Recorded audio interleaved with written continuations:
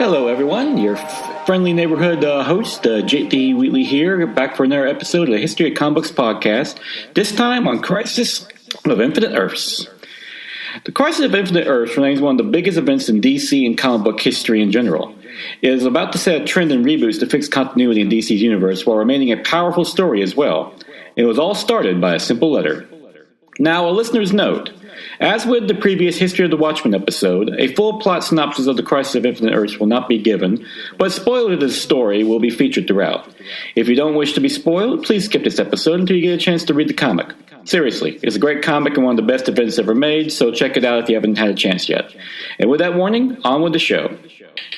The letter, as previously mentioned, was to Marv Wolfman, the editor of Green Lantern, from a fan, Gary Thompson, about issue number 136 and 137 over his continuity conflict with Showcase number 100.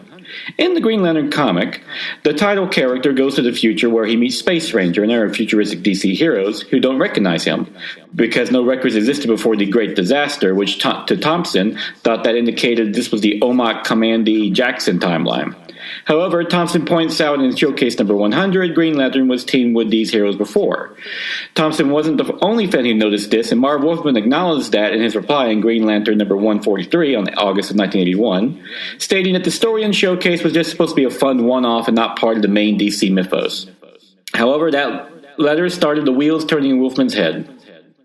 The continuity problems in the DC universe nagged him, especially since his series, like the new Teen Titans, were top sellers, but still sold less than Marvel. Wolfman believed it was a continuity problem with the DC universe as it made it unfriendly to new readers. All this was started back in Showcase number 4 in 1956, the comic that introduced Barry Allen's The Flash and is also considered the beginning of the Silver Age of comics. While a simple explanation would have been that Barry Allen was the successor to Jay Garritt, the previous Flash, for some reason the powers that be at DC made this a separate universe, which was revealed in the classic story, The Flash of Two Earths, in The Flash number 123 on September 1961. Thus, the Barry Allen Flash and his respective heroes were in Earth 1, and the Jay Garritt Flash and his respective heroes were in Earth 2.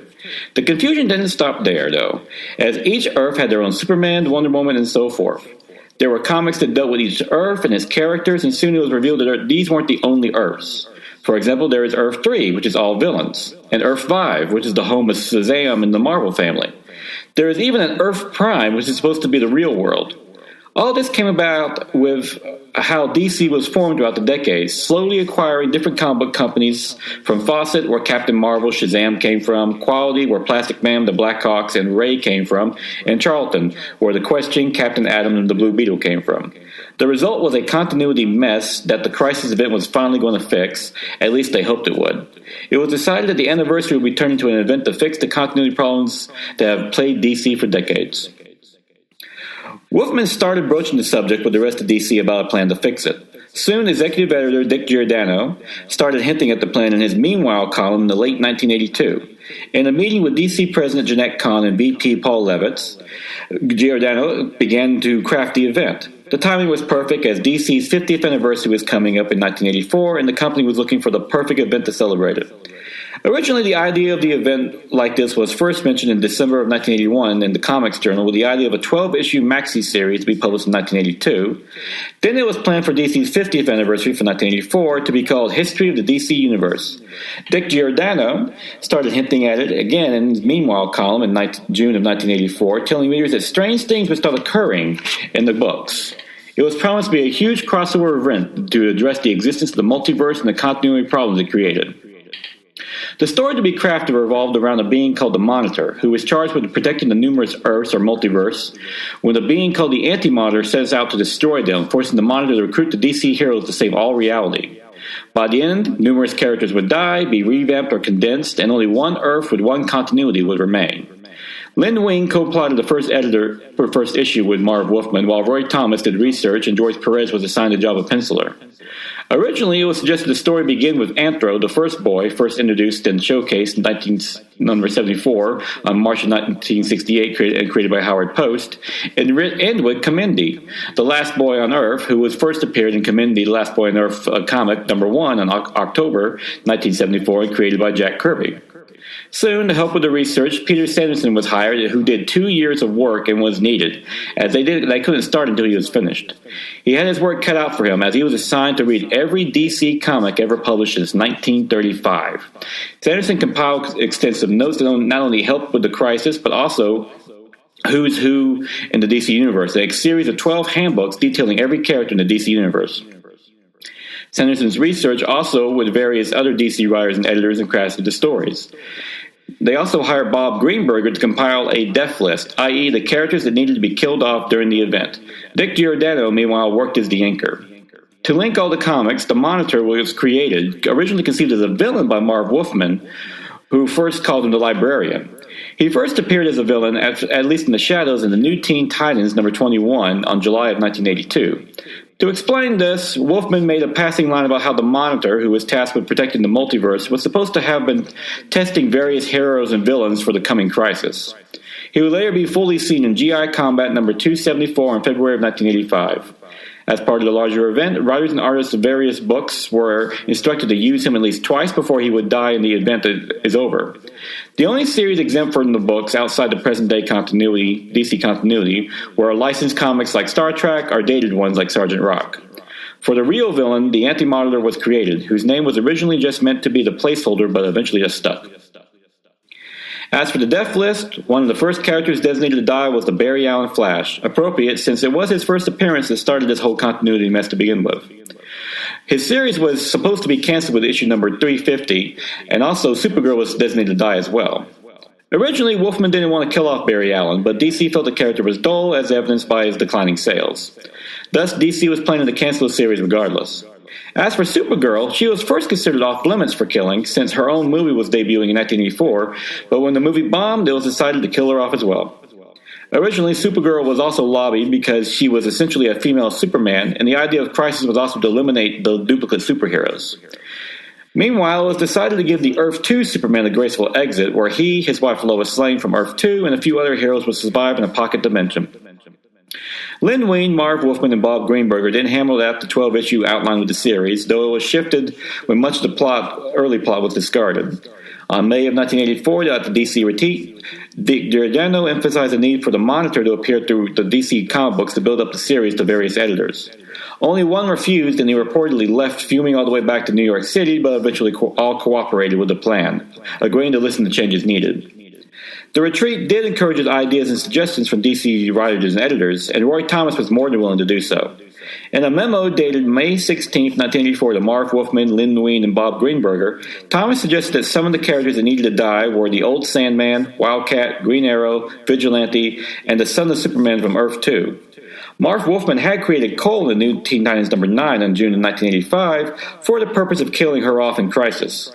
Roy Thomas also gave Power Girl a new costume and wanted Dr. Colt to figure prominently in the story, considering he was another superhero Jerry Siegel and Joe Shuster, the creators of Superman, had created. Thomas hoped he would become a new comic book sensation and even proposed getting Siegel and Shuster involved somehow. Characters that were considered off-limits were Superman, Batman, Wonder Woman for the All-Star Squadron. Meanwhile, Lynn Wein was placed in charge of editing the Who's Who in DC Universe.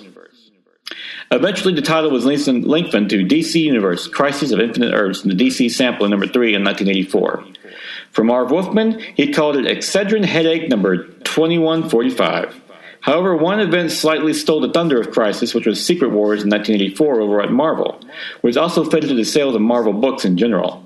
DC took notice and stated that while they would essentially be doing the same thing, the plan was not to be Secret Wars, i.e. actually be a good story. After all, Secret Wars is really just a comic event designed to sell Marvel toys, while Crisis was meant to be a celebration of 50 years of DC stories. The first issue of the 12-issue action series was published in April 1985 and ran through to March 1986. The first issue was 32 pages with no ads, though not everyone cooperated with the Monitor tie-ins. To give the book some modern-day relevance, it was stated that the event was taking place in real time, thus the release date of April 1985 was the same time in the comic book. To make sure that the continuity worked, writers and editors were ordered to have their books reflect the new universe by November and December issues. Also, the book should make use of the red sky and natural disasters, at least as background, to further tie in the crisis. Writers and artists were also encouraged to use the crisis event as a way to tie up loose plot threads. The Red Tornado, for example, got a revamp and a change in character due to his body being destroyed and no longer being possessed by the Tornado Champion. George Perez reportedly didn't like printing on flexography, saying the colors were too bright, while Dick Giordano agreed to, thus moved to a more traditional printing. Giordano had his own problems, as his job as managing editor at DC made it impossible to continue inking Crisis, and he had to skip issue number 4 with his assistant Mike DiCarlo, doing it by himself, and then Jerry Ordway was brought on as inker for issue number 5 onward, though it did conflict with his Marvel work on Fantastic Four and even at DC, when he had committed to drawing an issue of DC Presents Annual for Julie Swartz. To paraphrase Ordway, he was essentially lived in his studio, working 7 days a week. The intense work also caused some confusion with penciler George Perez, when he received a double splash page for issue number 5 with nearly every DC character. While inking, he thought Perez accidentally drew 2 clay faces, so he redrew one as Tarantula from All-Star Squadron. When Perez saw this, he told Ordway, in fact, the one was Clayface, but the other was Plasmus, a character Ordway had completely forgotten about. After that, Ordway just trusted George Perez's artwork, stating he knew these characters better than anyone else. He was given 2 pages a day via FedEx and joked, "I survived the crisis, I'll be fine." Despite this intense work experience, Ordway would later say he loved working on it, calling inking Crisis one of the best experiences of his professional career, and he did end up winning Best Art Team with George Perez at the Kirby Awards. As part of the larger plot, Marv Wolfman wanted the heroes to forget the crisis ever happened, but was outvoted. Marv was also wanting to restart every series with new number 1, but Dick Giordano voted him down in this as well, though Giordano would later say he regretted that decision. Eventually, with the New 52 reboot, DC would do just that. With Crisis successfully rebooting the DC Universe, it attracted a host of new creators to give their takes on the characters from Frank Miller to Alan Moore. Greg Parter and George Perez were assigned to revive Wonder Woman, which was meant to be a direct lead-in from Crisis. Both John Byrne and Alan Moore were tasked with a Superman revival, with Alan Moore crafting a pre-Crisis tribute with Whatever Happened to the Man of Tomorrow in Superman number 423 and Action Comics number 583 in September of 1986, while Byrne did the post-Crisis revival with the Man of Steel miniseries on July to September of 1986. Frank Miller revived Batman with the Dark Knight Returns miniseries in 1986, and later with the artist David Micheli, rebooted him with Batman Year One and Batman number 404 to 407 on February through May of 1987. As for the rest of the DC Universe, the Huntress was no longer Batman and Catwoman's daughter, and Hawkman and Hawkgirl were reimagined in the Hawkworld in 1989 by Tim Truman. In 1988, Carl and Barbara Kessel reimagined Hawk and Dove in a new miniseries, this time replacing Dawn Hall with Dawn Granger as Dove. Grant Morrison also revived Animal Man in issue number 23 to 24 in 1988, making him a champion of environmental causes. Also, Superboy was erased from the Legion of Superheroes, which created problems since the Legion was supposed to have been created due to Superboy's inspiration.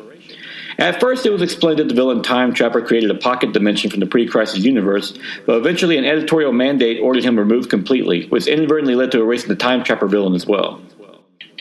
Soon, pre-Crisis and post-Crisis became an adjective, pointing to the significance of the event. Notably, Barry Allen's sacrifice hung over the DC Universe, who saved Earth in the Crisis Event into Earth number 8 on November of 1985 by outracing an antimatter cannon the Anti-Monitor had fired and created a speed vortex to absorb the energy, but he dies in the process because the stress is too much on his body. In an interesting paradox, Allen also creates the very lightning bolt that travels back in time to give him his powers to begin with, and strongly implies his soul now resides in the Speed Force.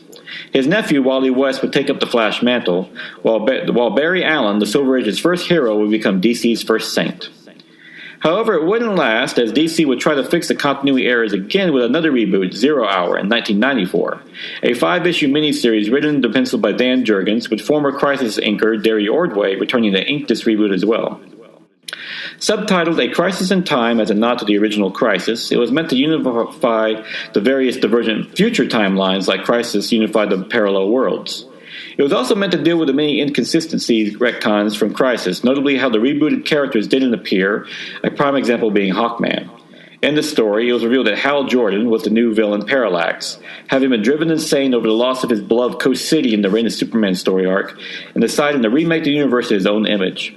With the rest of the DC heroes to defeat him, notably with Hawkeye, his best friend, shooting him in the heart, the DC comic books turned out a number 0 issue to detail how each rebooted. However, even this didn't fix the continuity errors and only made them worse, with Hawkman still confusing, along with characters like Matrix, Supergirl, and Armageddon still being featured despite having come from alternate timelines. To finally fix this, DC, in the two-issue The Kingdom miniseries by Mark Waid, Ariel Avaletti, and Mike Zeck, it was revealed that the multiverses were back, now being called Hyper Time. A sequel to the classic Kingdom Come miniseries by Mark Waid and Alec Ross, it also revealed that the story was no longer the set future of the DC universe but an alternate timeline. Finally, in Infinite Crisis, a 7-issue miniseries from December 2005 to June of 2006 by Jeff Johns and Phil Jimenez, the multiverse was returned completely in a story in which Earth 2 Superman Kal-El, would just be spelled Kal-Kal-L, Earth 3's Alexander Luthor Jr., Superboy Prime, and Earth 2's Lois Lane escaped the pocket dimension they've been trapped in since the Crisis of Infinite Earths, with Superman deciding to replace Earth 1 with Earth 2 in hopes to save a dying Lois. It was preceded by Identity Crisis, a miniseries in 2004 by Brad Metzler and Raz Morales, who didn't deal with multiverse storylines, but instead a murder mystery of Sue Digby, Ralph Digby's / the elongated man's wife. As part of the story, it's revealed that some superheroes have been altering supervillains' brains to make them less dangerous. However, when Batman and the Martian Manhunter find out about this, along with the revelation that Batman created Brother Eye, a satellite system to spy on the world in the OMAC Project miniseries, it leads to a fallout that breaks up the Justice League. In response, Earth 2's Superman Kal-El decides to break out of the Pockets dimension to fix the universe. It's also revealed that Power Girl is from Earth 2 as well, whom Kal-El seeks out. Eventually, Superboy Prime is revealed to be the villain of the story, being captured and imprisoned in the Green Lantern jail inside a red sun. As a follow-up to Infinite Crisis in the DC Comic Book special, Brave New World, it's revealed that there are now 5 new monitors and a monitor monitoring the multiverse, and even one looking like the Anti-Monitor.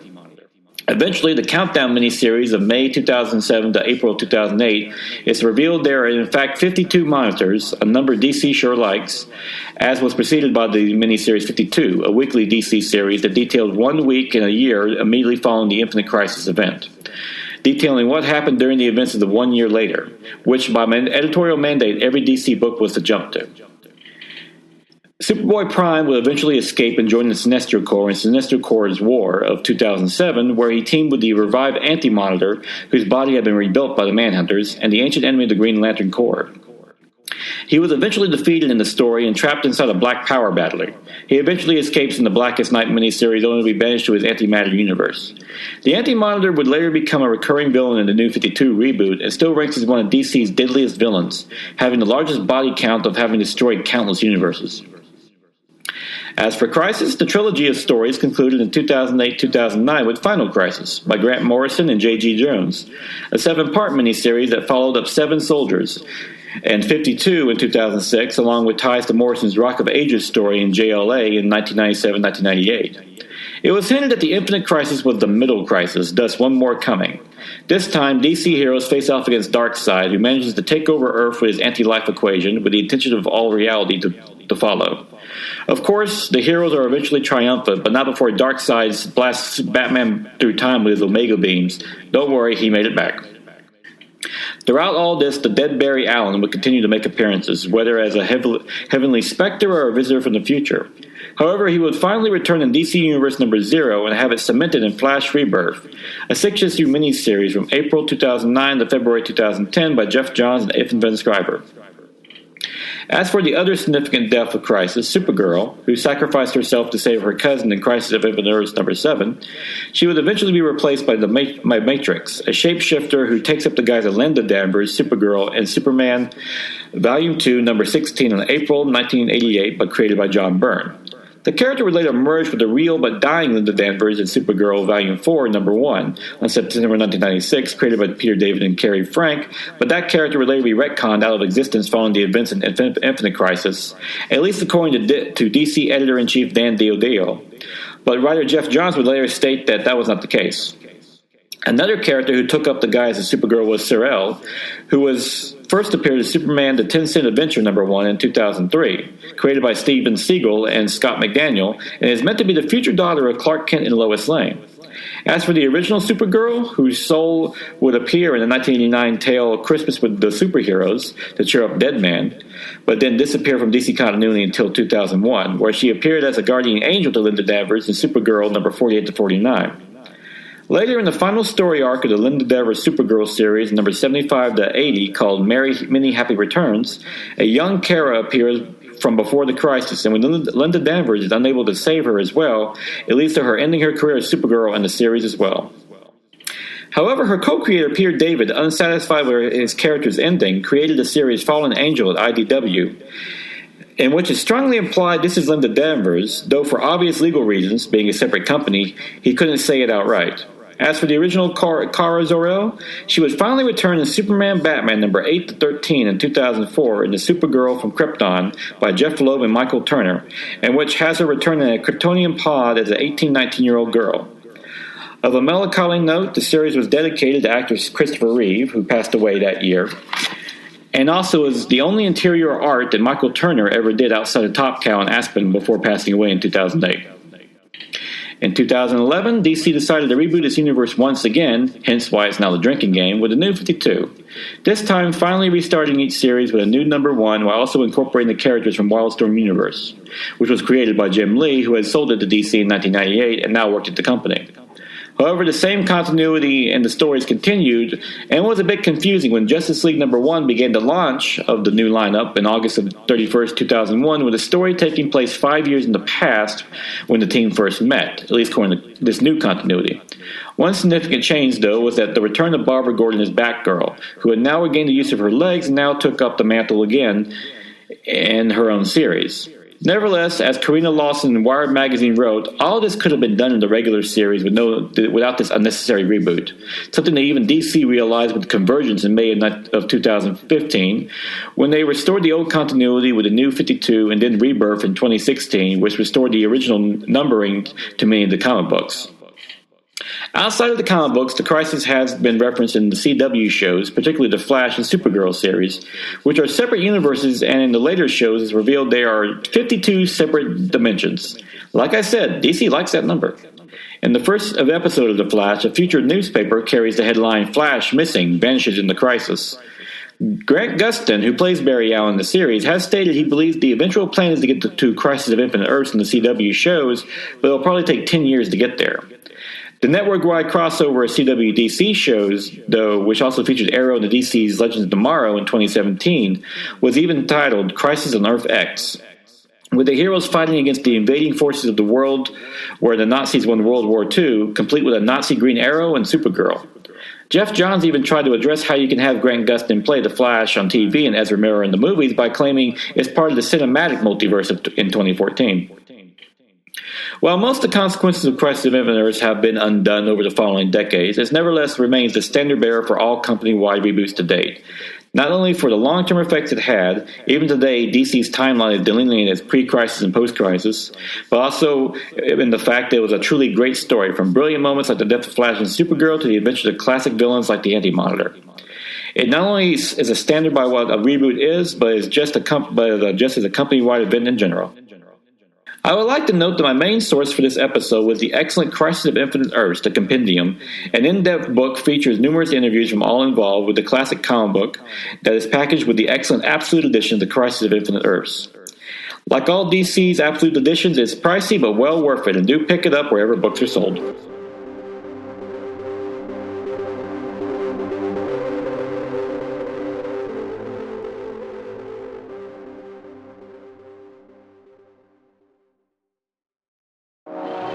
Look, we gotta talk. Yeah, Thunder Talk. We're going all kinds of sideways with that sweet nerd junk.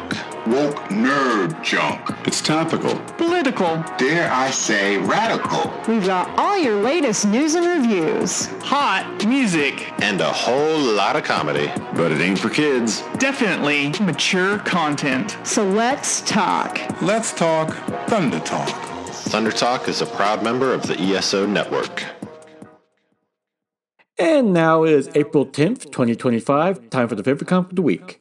G.I. Joe, A Real American Hero, Silent Missions Beachhead One-Shot by Phil Hester. This is a fantastic one-shot that's basically taken off from the classic original series, in which it was a silent issue featuring Snake Eyes. This one's now giving different Joes spotlights, but once again, well, technically they call them silent. There's basically no dialogue, just like the art to the story. And it's just a great issue, in which in this story, Beachhead finds himself trapped behind enemy lines with only a mother and her young son to help him out, and things don't always go as planned. But Fester delivers some great artwork and action, and also some nice emotional moments too, like the mother having to go to a refugee camp to trade some Cobra equipment for some medical supplies, only to see it blow up in her face. It's a great tense issue, and using the silent work, it does a great job just really telling the story, and shows that while it's never like film where they say a good film, you should be able to watch it and kind of know what's going on without dialogue. The same goes with comic books. You be able to read a comic book, look at the art, and know what's going on. Granted, the dialogue does help enhance it, but every now and then a silent issue like this, and we're going to be getting a few of them, is a great read. And with that, back to doing some archives, because like I said, I'm trying to get in our backlog of episodes again before I launch another new season. Hope you enjoyed this last season. My perfectionism is getting a little crazy at this point, and it takes me too long to make it episodes nowadays, but I'll still keep doing and slugging along and keep having fun. So join me again next week, where there's likely going to be another archive episode. And until then, go enjoy some new comic book, and definitely check out all these G.I. Joe silent issues that are coming out, because they are fantastic.